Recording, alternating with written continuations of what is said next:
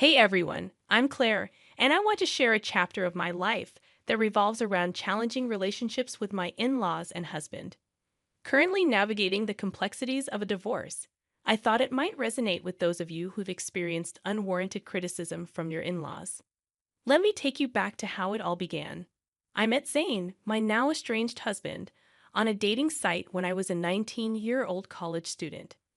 Zane, at 25, had a stable job. Despite the age gap, love blossomed between us. I've never been one to judge based on age or appearance, so Zane's age was never a concern for me. However, Zane struggled with our age difference. He often questioned, "Why are you with me, Claire? I don't understand. I'm so much older than you.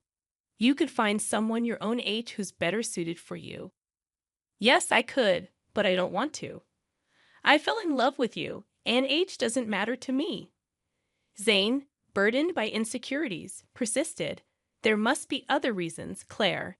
It's not natural for someone like you to love someone like me. I wish you'd tell me the truth." "I am telling you the truth. I don't want to date boys my age. I love you, and that's all that matters to me." Despite my assurances, Zane struggled to believe me, revealing deep-seated self-esteem issues that may have contributed to his single status.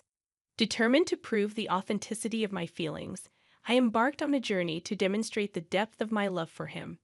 Throughout our entire relationship, I refrained from letting Zane spend money on me. While I wasn't a broke college student, I wasn't rolling in wealth either. Despite my financial constraints, I made sure to buy him gifts and cover my own expenses each time.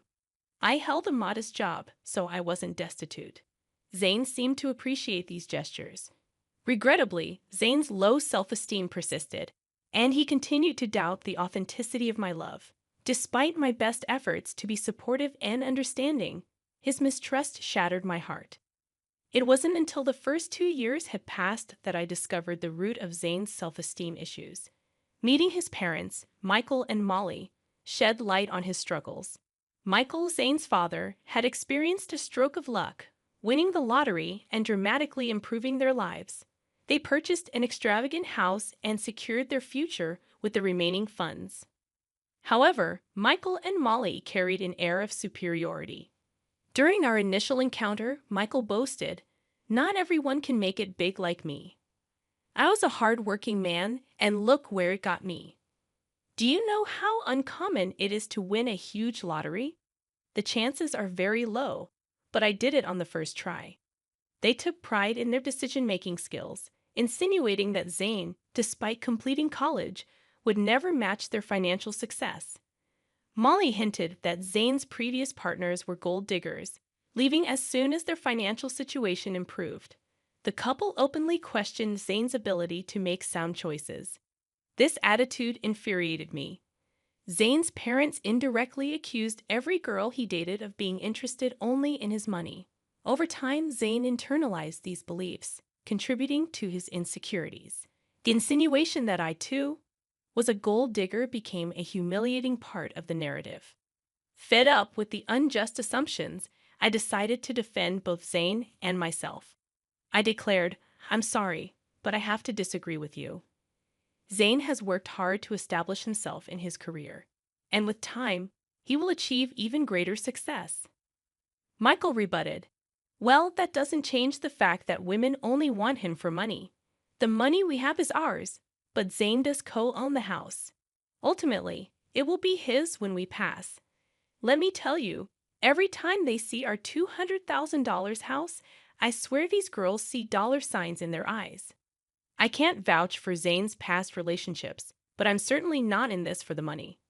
I love your son, and that's the reason we're together. I have no interest in your house. Don't worry, Claire. Sometimes it's challenging to accept that people can be successful and live in nice houses. You live in a small rented apartment with roommates. After spending time around our house, you might start desiring it too. It's just a matter of time. Michael and Molly's comments were pushing my anger to the brink. I was on the verge of exploding. Zane heard it all but chose not to respond or defend himself, steering the conversation in a different direction. His nonchalant attitude surprised me. On our way home, I decided to address it with him. Zane, your parents are being unkind. They're insulting both of us. Why didn't you speak up? What did you expect me to say, Claire? I can't be certain they're entirely wrong. Women in the past have used me to try and benefit from my parents' wealth. They made grand plans involving the house and how it would be ours once my parents passed away. Even if they were gold diggers, that doesn't mean I am one too. You stayed silent when your family insulted me as well. You know my family is well off now. There's a chance they're right about everything. I'm not saying you had bad intentions, but I can understand why it might seem questionable. You don't have parents, so you rely on my inheritance alone. What you're suggesting is absurd, Zane. I've never pressured you to spend money on me. And just because I don't have an inheritance doesn't give you the right to label me a gold digger. Zane remained unwilling to acknowledge my concerns, insisting that he loved me, and the reasons behind it didn't matter. He shrugged off the need for further discussion. While some might have found solace in such assurances, I couldn't accept the thought of him harboring negative beliefs about me. I attempted numerous conversations, hoping to make him understand my perspective. I even suggested therapy, recognizing its potential benefits for him. However, he adamantly claimed there was nothing wrong, causing me to eventually abandon the effort. As time passed, I distanced myself from his family. We became engaged shortly after my college graduation, and although my job paid decently, I started saving to contribute to our wedding expenses. We split the costs evenly and got married when I was 22. However, the subsequent 3 years turned into a tumultuous period of my life. Zane frequently visited his parents, returning home in a sour mood each time. I knew Michael and Molly were still taunting him and branding me as a gold digger. Despite my pleas for Zane to limit contact with them, he continued to engage with his parents. Their words poisoned his perception of our relationship, convincing him that no one could genuinely love him. Even after years of love and care, Zane remained suspicious of me. The burden of constantly proving myself became increasingly draining. However, the breaking point arrived on Zane's birthday. In line with his preference for small celebrations, we had a quiet cake party at home. I presented him with the expensive watch he had desired. Zane was elated with the gift, but my joy waned when he suggested visiting his parents to showcase it. Despite my reluctance, I accompanied him at his insistence. Upon reaching their house, Zane eagerly displayed the watch to Molly and Michael. "Mom, Dad, look at this beautiful watch Claire gave me. I've been wanting it for a while now. Isn't it gorgeous?" "Oh, did she know, Zane? It seems she does love you after all. We were quite concerned for a while there." "Don't get carried away, Michael. She's a gold digger. She married our son because we own a $200,000 house. Let's not forget the facts." "Yeah, you're right. I almost forgot that the house is the only reason Claire married Zane." "Excuse me? Why do you think I married your son for your house?" "Well, you were just living in an apartment after working for 4 years. Besides, Zane is so much older than you. Why would you marry him unless you want something from him? I'm sure our house was always an attraction, if not his money. I married your son because I love him. All your theories about my gold-digging intentions are wrong. Zane knows the truth, and he will tell you that, won't you, Zane?" To my complete surprise, Zane remained silent.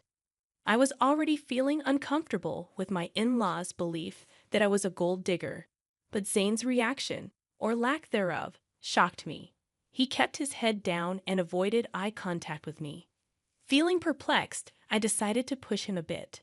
I couldn't fathom why he wasn't standing up for me. "Why are you not saying anything? Your parents always thought I was a gold digger. How will they know the real me if you don't tell them? Why are you quiet? Tell them they're wrong." I don't know what you want me to say, Claire. I don't know if my parents are off the mark. There might be a possibility that you're after this house." "Are you serious right now, Zane? You believe I married you for your assets?" "He's not wrong to think like that. It's suspicious that you've never considered buying a house. You haven't even discussed it with him. For someone renting a place, owning a house should have been a priority."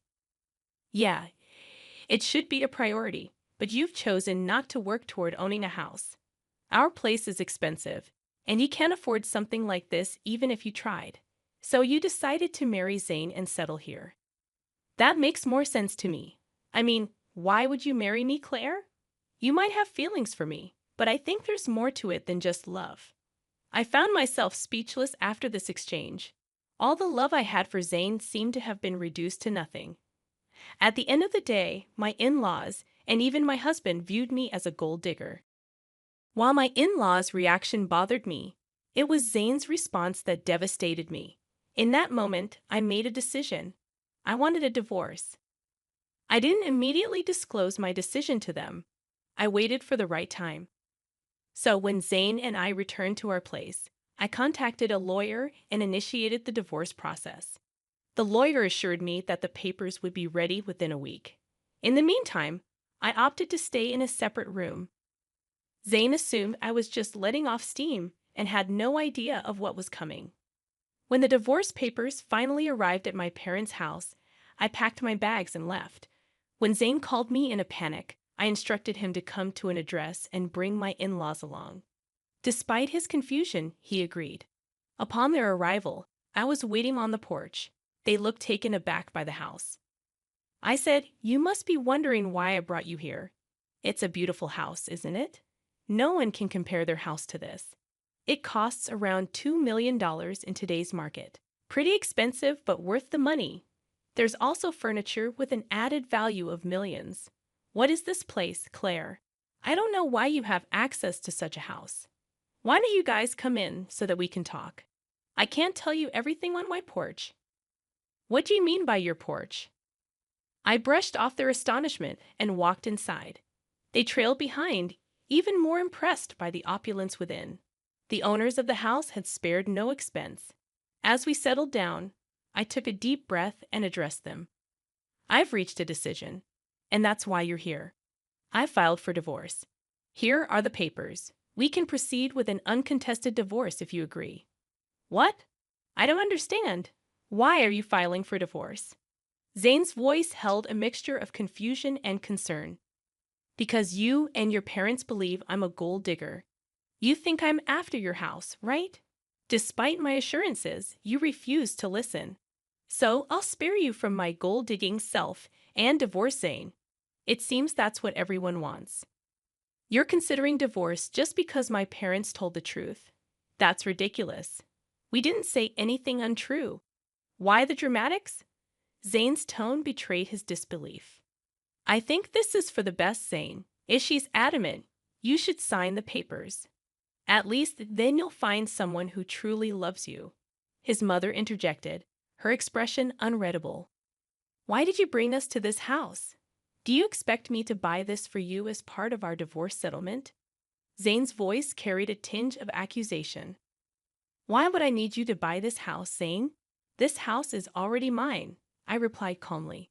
The shock and disbelief etched on their faces hit me like a bomb. They regarded me with disbelief, as if I were joking. Zane and his family seemed utterly unconvinced. "How on earth can you afford a house like this? You're renting, and your job isn't enough to cover this. Stop lying to us," Zane's father demanded, his tone sharp with suspicion. "I'm not lying, Zane. Remember when I mentioned that my parents left me some inheritance? Well, this is the house I was talking about. It's under a trust now, but I'll officially inherit it when I turn 30. I don't work a high-paying job because I have a trust fund waiting for me. That's impossible. Your parents passed away a long time ago. They should have let you have the house earlier." "Well, you see, my parents were aware of the potential leaches I might attract. So they instructed me never to disclose the house or trust fund to anyone. Call it foresight. But they knew someone could exploit me. Hence, they placed everything in a trust to keep it safe until I reached 30. By then, I'd hopefully be settled with someone who genuinely cared about me, not my inheritance." "Oh my God, Claire. You should have told us about your wealth. We had no idea. This is a sizable house you have. We could all live very comfortably here." "Yeah, you should have shared that sooner. We thought you were after our house. We could have avoided all the misunderstandings." I always knew Claire was perfect for Zane. I've been saying she's a great woman. Look how wealthy she is. Zane really found a great match. Hearing this, I couldn't help but laugh. Their attitude toward me had shifted so rapidly that it made my head spin. What was even more bizarre was that they soon seemed to forget about the divorce filing. I took out the divorce papers and signed them. As I was saying, here's my signature for an uncontested divorce. You can just sign these to make it easy if you want to fight. We can take this to court. I won't live with you anymore. Claire, listen to me. There's no need to rush this. You've already proven you're not a gold digger. There's no reason to get a divorce anymore. We'll even apologize for any misunderstanding. That should make things better, right? Yes, yes, Michael is right. We're sorry, Claire. We doubted you for no reason. I don't want your insincere apologies, Zane. For 2 years, you allowed your family to berate me and label me a gold digger. I expected you to at least defend me. But no, you sided with them and accused me of being a gold digger as well. I won't stay with someone who doesn't respect his wife. I'm done with you. We can part ways amicably or involve the courts. The choice is yours. Zane, Molly, and Michael tried their best to change my decision, pleading with me to let go of the past. In their minds, what happened was just a simple misunderstanding. Not once did they show remorse for tarnishing my name. Their audacity fueled my anger. When I reached my breaking point, I demanded they leave before I called the police. My anger intimidated them, and they left. Over the next few weeks, Zane and my in-laws continued to harass me daily. They begged, pleaded, and even offered bribes to convince me to stay. Their belief that I could be swayed with money only intensified my fury. It revealed that they still considered me motivated by financial gain. The irony was that, as Zane co-owned the house with his parents, I was entitled to half of his share. This realization fueled their desperation for reconciliation. Despite their attempts, I remained steadfast in my decision to part ways. I relocated all my belongings to my parents' house, asserting my right to stay there even before officially taking ownership.